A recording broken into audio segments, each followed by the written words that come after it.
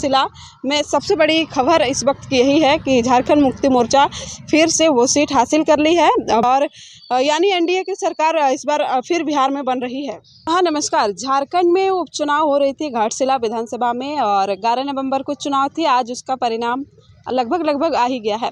तमाम लोग जानने के लिए इच्छुक होंगे कि आखिर विजयी किसका हुआ, यानी जीत किसकी हुई, जनता किसके सर पर हाथ रख दी है, ये सब कोई जानना चाह रहे होंगे।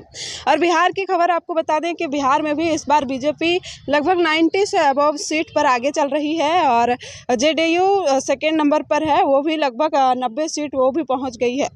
तो इस तरीके से हम कहें कि इस बार भी बिहार में बीजेपी और जेडीयू की गठबंधन की सरकार वहां पर भी बनेगी और यानी एनडीए की सरकार इस बार फिर बिहार में बन रही है।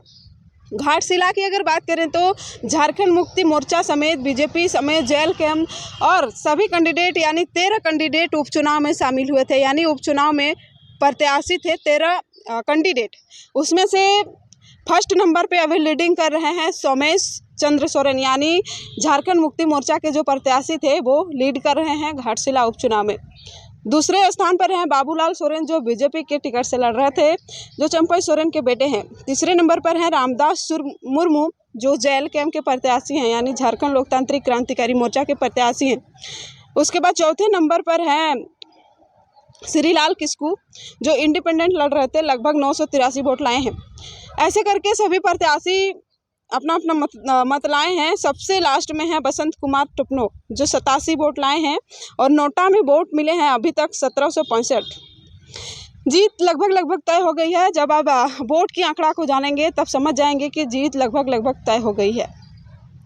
सोमेश सोरेन को यानी झारखंड मुक्ति मोर्चा को 64,637 वोट मिले हैं अभी तक और वहीं दूसरे नंबर पर बाबूलाल सोरेन हैं जिनको 41,252 वोट मिले हैं। वहीं तीसरे नंबर पर हैं रामदास मुर्मू जिनको 9,364 वोट मिले हैं।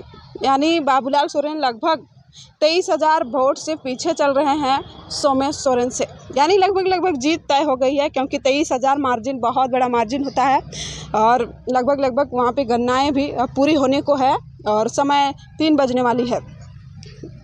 आज जश्न कहीं ना कहीं बीजेपी भी मनाएगी और जेएमएम भी मनाएगी क्योंकि बीजेपी की एनडीए की सरकार बिहार में बन रही है और झारखंड मुक्ति मोर्चा झारखंड के उपचुनाव में जीत हासिल कर ली है। कल झारखंड का स्थापना दिवस है और आज झारखंड मुक्ति मोर्चा की एक सीट में फिर से वापसी हो गई है, तो कहीं ना कहीं डबल खुशी उनको हो रही होगी। फिलहाल बात करते हैं कि आखिर जादू किसका काम किया। बिहार में भी जिस तरीके से मैया सम्मान योजना को चुनाव से पहले लाया गया था, वैसे ही वहाँ पे भी एक योजना लाया गया था जिसके तहत 10,000 रुपये दिए जा रहे थे और झारखंड में 2,500 रुपये मैया सम्मान योजना को लाया गया था चुनाव से पहले, याद कीजिए 2024 में, और उसी का जादू काम किया था। कहीं ना कहीं मैया सम्मान योजना को फैक्टर माना गया था और वहीं कहीं जयराम महतो को भी फैक्टर माना था सरकार जो अभी झारखंड में है। तो इस बार भी अब कह रही है कि जो जेएलकेएम के लोग हैं, जो जेएलकेएम के समर्थक हैं, उनका कहना है कि जेएलकेएम यानी झारखंड लोकतांत्रिक क्रांतिकारी मोर्चा बीजेपी के चलते हम लोग चुनाव हार गए और बीजेपी कह रही है कि जेएलकेएम की वजह से हम लोग हार रहे हैं। अब देखिए, इसलिए ये कहेंगे क्योंकि वो लोग ज़्यादा वोट लाए हैं। सेकंड नंबर पर है बीजेपी, तीसरे नंबर पर है जेएलकेएम। अगर जेएलकेएम नहीं लड़ती तो हो सकता है कि जेएलकेएम का वोट बीजेपी को मिल सकता, लेकिन अगर दोनों गठबंधन में लड़ते तो हो सकता है कि बीजेपी जीत जाती। इस तरीके से दोनों विचार कर रहे हैं और एक दूसरे के समर्थक एक दूसरे पर ब्लेम कर रहे हैं।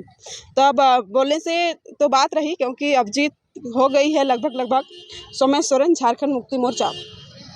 बात रही कि घाटशिला उपचुनाव को लेकर इस बार जो वादे किए गए थे वो सेम चुनाव में जैसा होता है उस तरीके का ही भीड़ इस बार दिखी थी सभी पार्टियों में, लेकिन जो हेमंत सोरेन ने झारखंड के मुख्यमंत्री समेत कल्पना सोरेन भी 2 बार वहां पे सभाएं की थी और रोड शो भी किया गया था।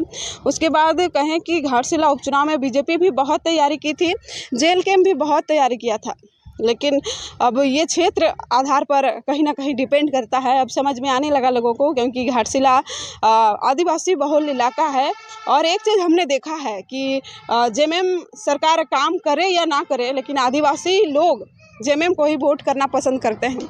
हमने कई बार रिपोर्टिंग भी किया है, कई बार रिपोर्टिंग करते भी हमने पूछा है कि जेएमएम में तो झारखंड में तो जेएमएम की सरकार है जो आदिवासी है, लेकिन आदिवासियों के लिए कुछ काम नहीं कर रहा है। फिर भी उन लोगों का कहना रहता है कि काम करे चाहे ना करे हम लोग उसी को वोट करेंगे।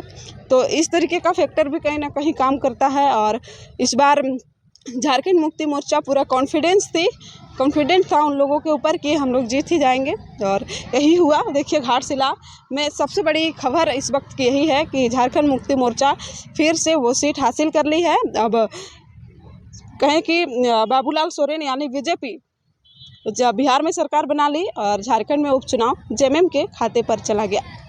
अब देखिए आगे की क्या खबर आती है, आप तक जरूर पहुंचाएंगे। हमारे साथ बने रहने के लिए आप सभी को शुक्रिया।